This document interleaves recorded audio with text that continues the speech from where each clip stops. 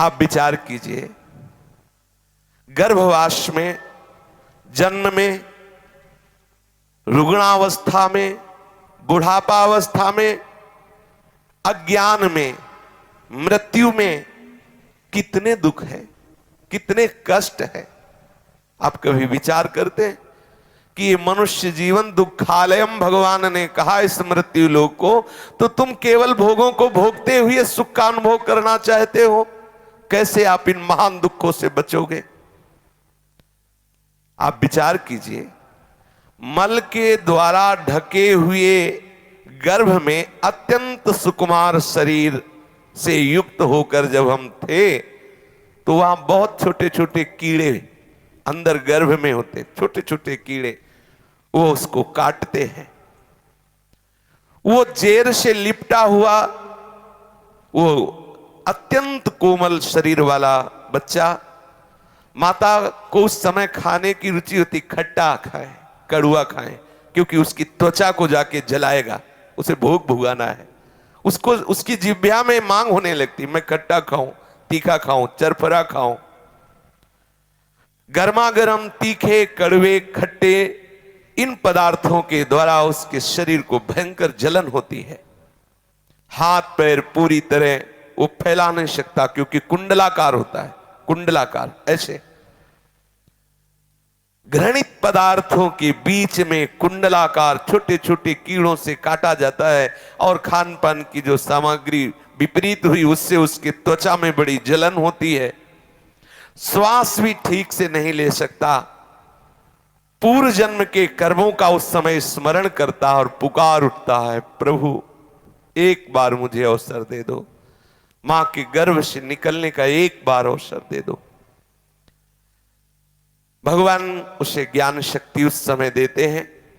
वो विचार करता, अनेक जन्मों के कर्म उसे दिखाई देते हैं, कांप जाता है, प्रभु एक बार अवसर दे दो, मैं बस जन्म लेते ही आपका भजन करके इन समस्त कर्मों का नाश करके आपकी प्राप्ति करूंगा।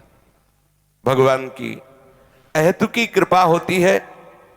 मलमूत्र शुक्र रुधिर में लिपटा हुआ वो बच्चा प्राजापत्य नामक वायु से प्रेरित होता है। श्रुति नामक वायु उसे धक्का देती है और वो मुख नीचे किए हुए बड़ा कष्ट सहता हुआ माता के योनि द्वार से बाहर निकलता है, बड़ा कष्ट सहता हुआ। जन्मत मरत दुषा दुख होई।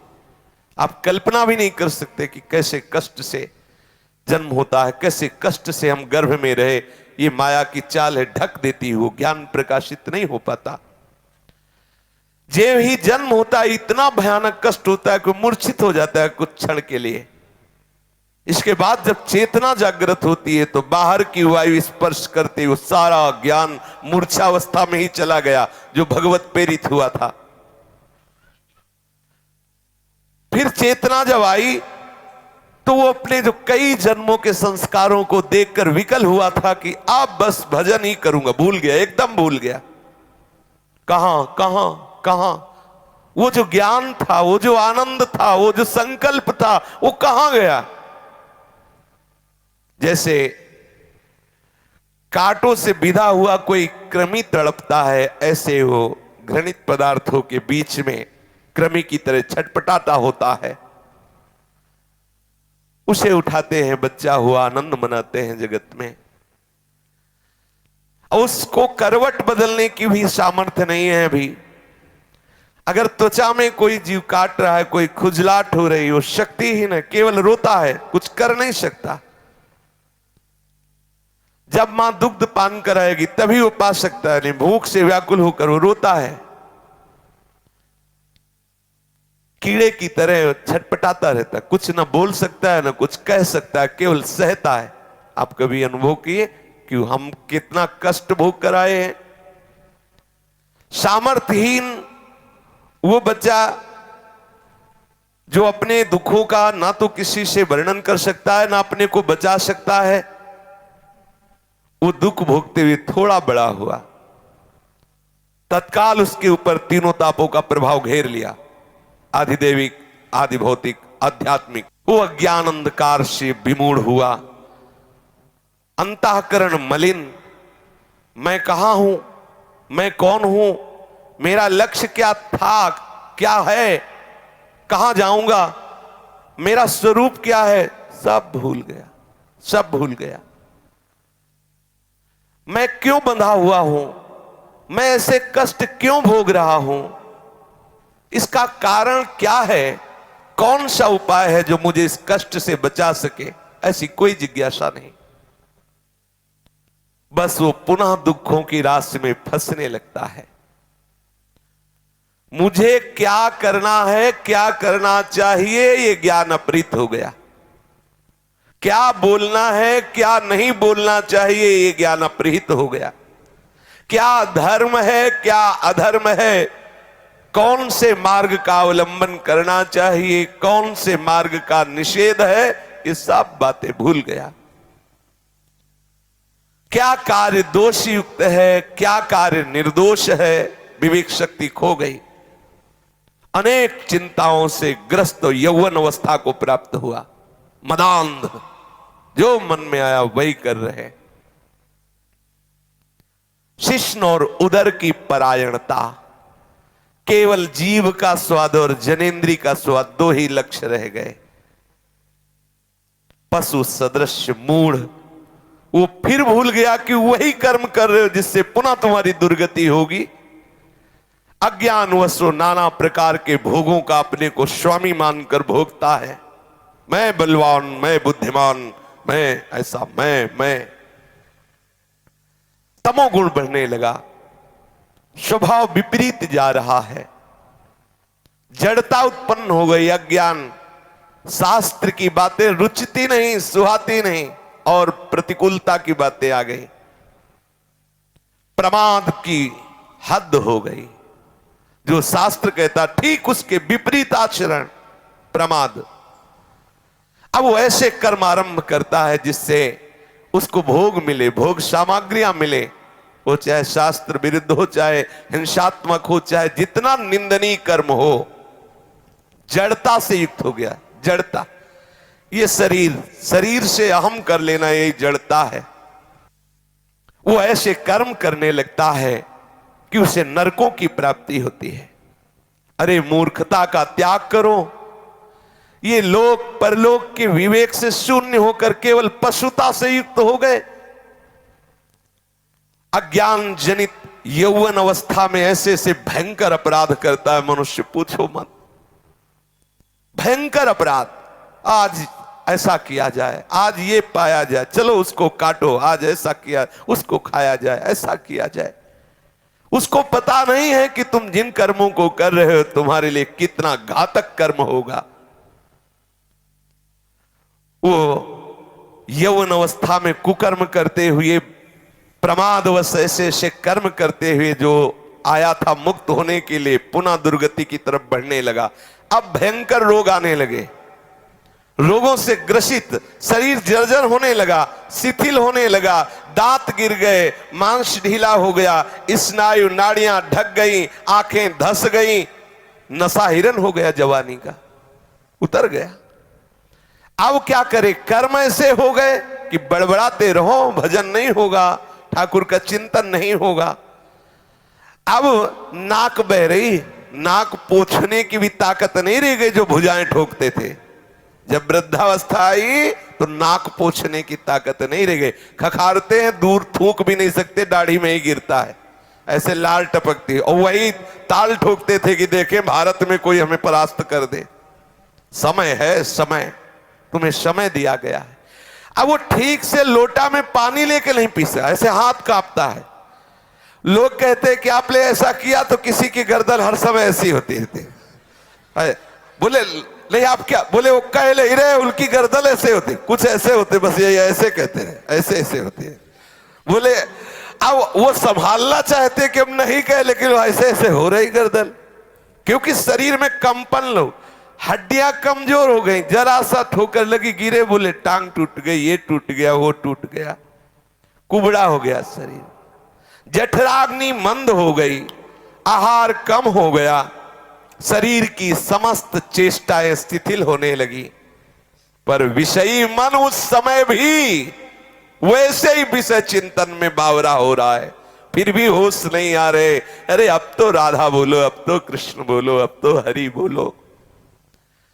अब वो उठना बैठना सोना जागना चलना फिरना शौच स्नान खाना सब उसके लिए दूभर हो रहा है। कोई दूसरा खबर, हाथ नहीं काम कर रहा, दांत है नहीं तो दांत काम नहीं कर रहा, बोले नए लगवा लेंगे।